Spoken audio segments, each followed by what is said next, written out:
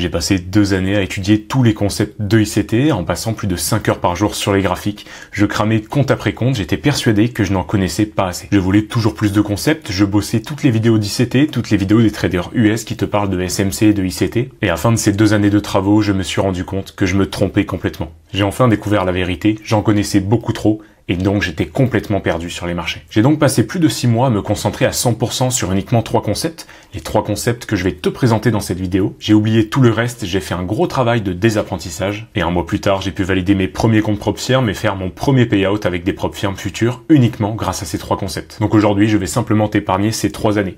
Ce que tu vas voir donc dans cette vidéo, tu vas apprendre à maîtriser les 3 concepts principaux d'ICT qui me permettent aujourd'hui d'être rentable. Tu vas savoir analyser un graphique avec 2 schémas mécaniques que tu pourras implémenter dès aujourd'hui dans ta stratégie et dans ton trading. Et enfin, tu vas pouvoir te créer une stratégie rentable et arrêter de tourner en rond avec trop de concepts. Juste avant d'attaquer, rends-toi service, prends un appel avec moi, tu as le lien disponible en description. On pourra ensemble discuter de ta situation, je pourrai te donner les points clés pour que tu puisses améliorer ton trading et enfin trouver la rentabilité. Et si jamais ça t'intéresse et que c'est un fit entre nous, on pourra travailler ensemble. C'est totalement gratuit, au pire des cas, tu sors avec de bons conseils pour pouvoir améliorer ton trading. Alors pense à me donner ton créneau. On est donc directement parti, tu vois qu'on a toujours au centre la base qui est la liquidité. Je vais tout expliquer de A à Z. Tu as ici les fair value area, les fair value gap et les points swing qui sont les 3 concepts que j'utilise aujourd'hui dans mon trading. Et ensuite, reste bien jusqu'à la fin car je vais te montrer un principe indispensable que tu dois utiliser avec la combinaison de ces 3 concepts pour pouvoir être rentable et avoir des setups à forte probabilité. Ici, comme tu dois le savoir, le prix se déplace toujours de liquidité en liquidité. Donc la liquidité se trouve sur les highs et sur les lows, ok, et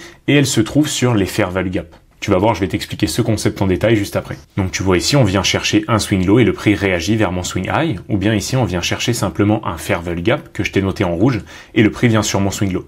C'est vraiment comme ça que je vois les graphiques, il n'y a pas plus simple que ça. Donc le prix se déplace de doll en doll, donc de zone de liquidité à en zone de liquidité. Avant de voir les 3 schémas mécaniques que tu vas pouvoir identifier sur les graphiques, il faut que tu comprennes absolument les 3 concepts principaux. Le premier, ça va donc être ici les fair value gap. Donc fair value gap, comme tu le sais, fair value gap composé de 3 bougies. Ma première bougie, c'est une bougie d'expansion et une bougie de range. Donc ici, tu vois, par exemple, on a une bougie qui est légèrement en range. La deuxième, ça doit obligatoirement être une bougie d'expansion, c'est-à-dire une bougie avec un gros corps qui part dans un sens. Mes bougies baissières sont en noir et on a une grosse bougie d'expansion baissière qui clôture avec un gros corps. Et ensuite, la troisième bougie, c'est elle qui va te déterminer la probabilité de ton fair value gap. Potentiellement qu'aujourd'hui tu connaissais déjà ce concept, mais tu ne connaissais peut-être pas ce principe-là. La troisième bougie va déterminer la probabilité. Ici, on a un fair value gap parfait. La troisième bougie est en range. Donc, range à la troisième bougie, ça me signifie en fait une manipulation. Le prix va ensuite venir récupérer mon fair value gap et chuter. Donc, c'est un excellent fair value gap à trader. Le deuxième fair value gap, je l'appelle le breakaway gap. Pourquoi? Tout simplement parce que la troisième bougie est elle aussi en expansion. Donc sur ce type de fair value gap là, ça nous montre un fort momentum, donc dans cet exemple ici baissier, et le prix a peu de chances de retracer à l'intérieur. Donc si on vient retracer aussi haut, c'est suspect, et pour moi il me faudra plus de confirmation dans mes petites unités de temps pour pouvoir trader ce fair value gap là. Et ensuite le dernier, donc on l'appelle le sneaky gap, c'est un fair value gap low probabilité. Pourquoi? Puisqu'ici la troisième bougie fait un énorme retracement. Encore une fois, ça montre un momentum inverse, donc c'est quand même suspect que le prix vienne retracer aussi bas alors que j'ai un biais plutôt haussier. Donc sur ce type de fair value gap là aussi, on a de fortes chances, si le prix retrace à l'intérieur, que on invalide notre biais et que ce fair value gap se fasse invalider. Donc voilà pour les fair value gap. C'est simple, tu as juste à retenir ces 3 concepts, je te laisse faire une capture d'écran, et on peut passer au deuxième principe. Le deuxième principe ici, ça va être la fair value area. Attention, tu vas voir qu'à chaque fois, je combine les différents concepts. Je me sers des fair value area pour déterminer si mes fair value gap ont une forte probabilité ou non, en plus de la troisième bougie que j'essaie d'identifier sur mon fair value gap. Donc ici, tu peux voir la fair value area, c'est le dernier mouvement du prix. Donc là, tu vois, j'ai un mouvement haussier, retracement, nouveau mouvement haussier. Là, mon dernier mouvement et mon dernier point haut se trouvent à ce niveau-là. Je vais donc noter sur mon dernier point haut ma fair value area. Ce principe-là me permet, si tu veux, de combiner tous les différents concepts que tu peux avoir, breaker block, order block, etc., en un seul, la fair value area. Donc ici, je trace mon ancien point haut. Et tout retracement en dessous de cet ancien point haut va être pour moi low proba. C'est quand même suspect que le prix retrace plus bas que mon dernier point haut. Par contre, tout retracement au-dessus va être à forte probabilité. Et là, ici, tu peux voir, on a le fair value gap que je t'ai noté tout à l'heure avec la troisième bougie ici qui clôture en range. Et en plus de ça, on a notre dernier point haut qui est par-dessus. Donc là, ça me donne un fair value gap à forte probabilité et je peux trader à l'intérieur. Donc je t'ai noté ici, FVA plus FVG égale high probability, donc forte probabilité, overlapping, donc c'est quand le dernier point haut se trouve par-dessus mon fair value gap.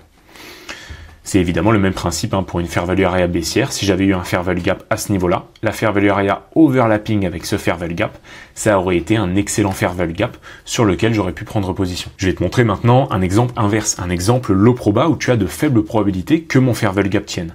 Regarde, à ce niveau-là, j'ai ma fair value area, donc mon dernier point bas, qui se trouve en dessous de ce fair value gap là. Et donc tu peux voir, la preuve, on réagit mal dessus. On vient faire ici 1, 2, 3, 4, 5 bougies avant de réagir, donc ce qui me montre un fair value gap à faible probabilité, et c'est typiquement un fair value gap que je ne veux pas trader. Pareil à ce niveau-là, regarde mon fair value gap ici, donc j'ai un écart entre cette bougie-là et cette bougie-là, et j'ai une belle bougie d'expansion en plein milieu. Déjà, tu peux voir que ma troisième bougie est aussi en expansion. Donc déjà, ça réduit les probabilités de mon fair value gap. Et ensuite, tu peux voir que ma fair value area, que ici j'ai réduit avec les corps, même en utilisant les corps, tu peux voir que c'est un fair value gap qui est par-dessus sur un schéma baissier, et donc regarde, on vient me faire 1, 2, 3, 4, 5, 6, 7 bougies à l'intérieur avant de réagir, donc c'est pas du tout ce que je veux voir sur un fair value gap. Et cet exemple-là, c'est encore pire, on n'a même pas de fair value gap, donc regarde, le prix vient retracer sur ma fair value area et ne réagit pas jusqu'à créer un nouveau fair value gap haussier. Donc voilà pour ce second principe clé, la fair value area. Et ensuite le dernier, tu l'as compris, c'est les swing points, donc les swing high et les swing low, donc c'est les points où le marché se retourne, où le marché retrace. Donc ici tu peux voir, j'ai un mouvement d'expansion, le prix retrace à ce niveau-là, donc je peux noter mon swing high. Ok, pareil, on vient me faire à ce niveau-là un nouveau point haut et on retrace, donc ça me crée un second swing high. Le prix retrace à ce niveau-là, par exemple, dans un fair value gap, et ensuite il réagit à ce fair value gap. Donc là, pareil, j'ai un retracement, un retournement de marché, donc ici j'ai un swing low. Et mon objectif, c'est toujours, en analysant mon marché, d'avoir un swing point en target et de trader depuis un fair value gap. Tout simplement. Et c'est comme ça que je détermine mes biais, c'est comme ça que je prends mes positions et c'est comme ça que tu peux le faire aussi. Donc maintenant que tu as connaissance de ces trois concepts-là, on va voir les deux schémas mécaniques à identifier qui vont te permettre d'y voir beaucoup plus clair sur ton graphique et d'être désengorgé de tous les concepts que tu as pu apprendre jusqu'à aujourd'hui. Et attention, reste bien jusqu'à la fin, je te rappelle, je te partage un principe indispensable qui te permet de filtrer les conditions A+ des conditions low proba, en plus de tous les concepts que tu viens de voir ici. Donc mes deux schémas à identifier. Ici donc je t'ai mis deux exemples baissiers, mais ça va être exactement la même chose à l'inverse pour un schéma haussier. Le premier schéma, tout simplement, c'est un fair value gap baissier, et j'ai tout simplement un point bas en target. Donc tu peux voir ici, le prix retrace à l'intérieur de la fair value gap, et ensuite j'ai le point bas pour cible. Et on a un cycle sur le marché. Donc on a soit retracement dans le fair value gap, expansion jusqu'à mon point bas. Donc ici tu vois, mon fair value gap c'est une liquidité interne, c'est une liquidité à l'intérieur de ma structure. Donc ici, fair value gap baissier. Et ensuite mon swing low, c'est ma liquidité externe. C'est ce qu'on appelle ici IRL vers ERL, donc internal range liquidity, external range liquidity. Mais voilà, encore une fois, ça c'est un nom en plus que tu pourrais te donner pour comprendre les différents mouvements. Mais le seul point que tu as à comprendre, c'est fair value gap vers point bas. Et dès que tu identifies ce schéma-là, tu sais que tu peux prendre ta vente. Alors attention, tu peux prendre ta vente uniquement si c'est un fair value gap à forte probabilité. Ici, qu'est-ce que j'ai? Tu peux voir mon dernier point bas qui se trouve pile par-dessus ma fair value area. Donc c'est parfait, c'est pour moi un fair value gap à forte probabilité. Maintenant, tu peux voir ici que ma troisième bougie, celle qui crée le fair value gap, fait une expansion elle aussi. Bon, on a un léger retracement à la fin avec la mèche, mais ça, on va dire qu'on ne le compte pas. Donc, lorsque mon prix retrace à l'intérieur, ça reste quand même un fair value gap à forte probabilité parce qu'il est overlapping avec ma fair value area, mais je vais quand même attendre un peu plus de confirmation sur mes points d'entrée en M5 ou en M15 parce que on a quand même un retracement qui est suspect lorsque le prix crée un breakaway gap. Mais voilà, en tout cas ici c'est le schéma que tu dois identifier, un fair value gap à forte probabilité et le retracement à l'intérieur pour avoir le point bas ou le point haut si c'est un schéma haussier en target. Et ensuite le second schéma, et encore une fois je te rappelle que uniquement avec ces deux schémas, tu peux comprendre n'importe quel mouvement du prix dans n'importe quelle unité de temps. Ça va être la prise d'un point bas, donc la prise de liquidité, et la target vers le point opposé. Donc le prix ici, tu peux voir, il cible le point haut, donc on vient prendre ce point haut, il fait une prise de liquidité, donc tu peux voir que le prix réagit fortement à ce point haut et clôture en dessous avec un corps, et donc me donne une belle mèche au-dessus de mon point haut. Et je vais avoir la target opposée, donc ça va être mon swing low. Donc là ici j'ai prise d'un swing high et target vers un swing low, puisque tu peux voir sur mon marché à gauche que je n'ai aucun fair value gap. Donc là j'ai pas mon schéma numéro 1, donc j'ai forcément mon schéma numéro 2 qui apparaît. Et uniquement avec ces deux schémas, comme je te l'ai dit, tu peux comprendre ce qu'il se passe sur le marché. Donc là, dès que je vois la rejection avec cette grosse bougie-là, cette longue mèche, je sais pertinemment que le prix va aller chercher mon point bas, étant donné que je n'ai pas de fair value gap à ce niveau-là. Donc je t'ai noté ici, la liquidité permet de créer un contexte clair sur les marchés. Donc les fair value gap, les swing high et les swing low, et comment est-ce que le prix réagit à ces points de liquidité. Maintenant, c'est bien d'identifier tes schémas, mais il faut que tes schémas soient à forte probabilité. Donc je te l'ai bien noté ici, il faut que tu aies au minimum ce schéma-là ou bien ce schéma-là avec la fair value area qui est overlapping, donc qui se trouve par-dessus. Et on a ce principe indispensable sur lequel il faut absolument faire attention, sinon tu vas te faire stop loss directement. Et ce principe-là, c'est les résistances, tout simplement. Les résistances, ça va être les arguments inverses à notre biais. Donc ça peut être des fair value gap, des swing points, des fair value area qu'on a en face de nous. Et ça va te permettre d'éviter les conditions 50-50. Lorsque mon prix arrive face à un fair value gap baissier dans une unité de temps plus petite, je vais attendre qu'on l'invalide pour être sûr que le prix va chercher ma target en HTF. Si on revient sur mon schéma numéro 1 par exemple, admettons que ici nous sommes en daily. Ok, le prix vient de réagir à ce fair value gap baissier.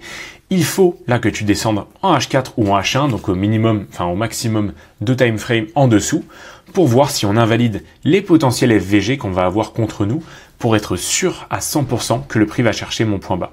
Et c'est avec ce concept-là que tu prends des trades qui vont directement vers ta target et où tu n'obtiens aucun drawdown sur ton trade. Et c'est typiquement ce qu'on cherche sur les propres firmes qui ont par exemple un trailing drawdown.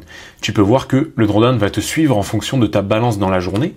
Et donc c'est hyper important de ne pas avoir de drawdown lorsque je commence ma position, mais même ça t'apporte toujours d'excellentes positions, des positions A+. Donc comment est-ce qu'on l'utilise? Ici, tu peux voir que mon prix est bloqué entre deux PD arrays.